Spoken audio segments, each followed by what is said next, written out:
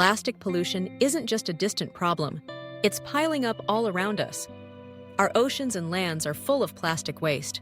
Plastic-eating fungi have been discovered in several places on our planet, with different species found in each location. The Amazon rainforest.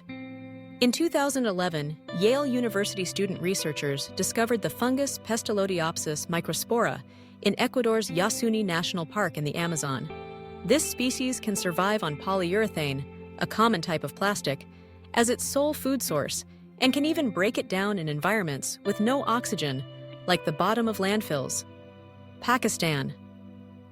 In 2017, scientists discovered another plastic-eating fungus, Aspergillus tubangensis, at a landfill in Islamabad, Pakistan.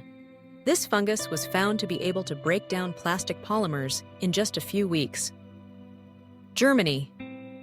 In 2024, scientists in Germany identified several species of freshwater fungi in Lake Stechlin that can thrive on synthetic plastics.